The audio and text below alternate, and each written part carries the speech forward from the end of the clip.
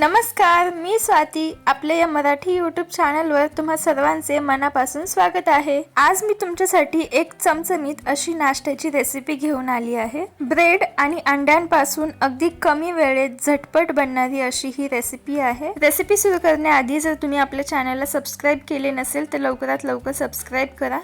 चला तर मग रेसिपीला सुरुवात करूया. सर्वात आधी एका बाउलमध्ये 4 अंडे फोडून घ्यायचे आहेत.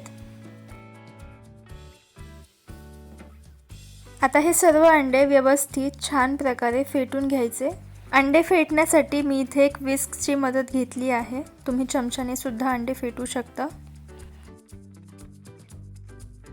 आता हे सर्व अंडे मी व्यवस्थित फेटून घेतलेले आहेत.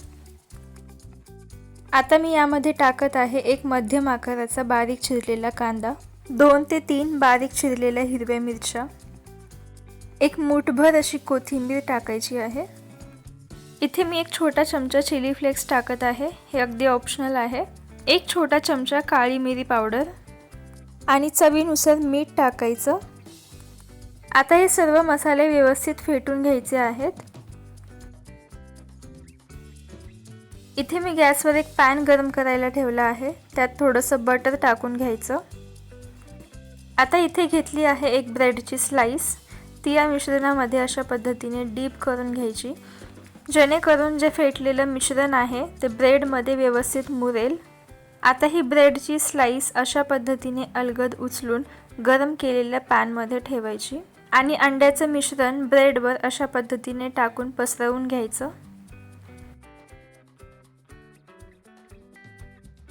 आता पॅनमध्ये ब्रेडच्या चारी बाजूने अशा पद्धतीने बटर टाकून घ्यायचं, जेणेकरून ब्रेड अगदी व्यवस्थित भाजला जाईल.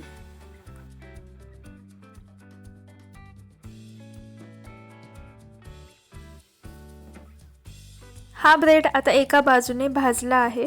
आता हा पलटून आपण त्याची दुसरी बाजू सुद्धा भाजून घ्यायची आहे. 4 ते 5 मिनिटं झालेली आहेत. दोन्ही बाजूने ब्रेड व्यवस्थित भाजला गेला आहे. आता आपण हा एका प्लेटमध्ये काढून घेऊ. दिसायलाच हे खूप टेस्टी वाटत आहे. तर अशाच पद्धतीने आपण इतर ब्रेडही फ्राय करून घेऊ.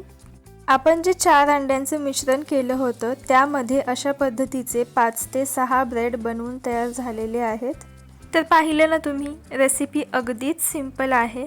जर तुम्हाला कमी वेळेत काहीतरी चटपटीत खायचं असेल तर तुम्ही ही रेसिपी नक्कीच बनवू शकता. इव्हनिंग स्नॅक्समध्ये काहीतरी हलकं फुलकं आणि काहीतरी वेगळं खायची इच्छा होते, त्यावेळेस तुम्ही ही रेसिपी नक्कीच ट्राय करू शकता. आणि जर तुम्हाला रेसिपी आवडली असेल तर व्हिडिओला लाईक, शेअर आणि चॅनलला सबस्क्राईब करायला विसरू नका. चला तर मग पुन्हा भेटूया एका नव्या रेसिपीसोबत. तोपर्यंत बाय बाय.